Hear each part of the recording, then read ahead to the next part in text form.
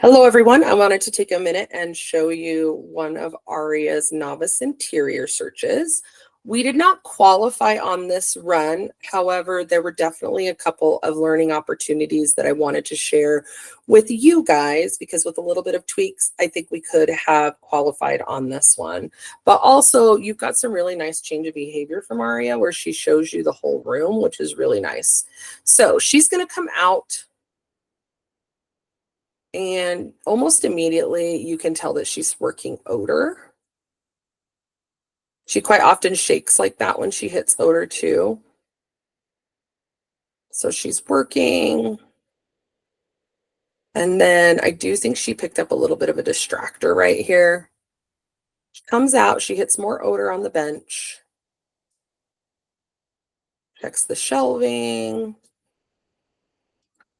Comes around the back.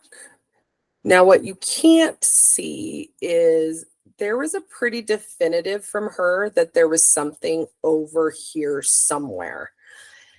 If this hadn't been such a tight space, I think she probably would have finished coming around the corner, but since it was a tight space, she chose not to. So we had to go back the other way. And she ended up hitting right here. And I called alert. So I called alert here. The hide was actually over here. So it was probably channeling down the bench a little bit, maybe. Also, it was, I mean, the odor was just everywhere in this room. It was one giant plume that she was working through. So if I were to run this over again, things that I would do differently. One, this was actually our last run of the weekend. So I definitely learned a lot about us as a team. Arya's not a novice dog, but she's by no means an advanced dog either. And this was definitely her first big trial.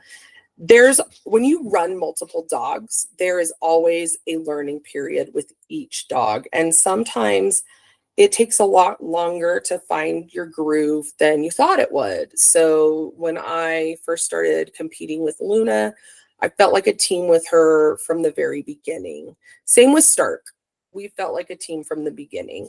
It took a lot longer for me and Ella to feel like a team, mostly because Ella was not a natural sniffer, right?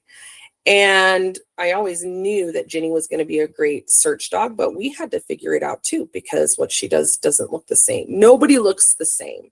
So what I'm getting at is you have to give yourself some time and some grace when you're learning a new dog, especially if they run very differently from your other dogs.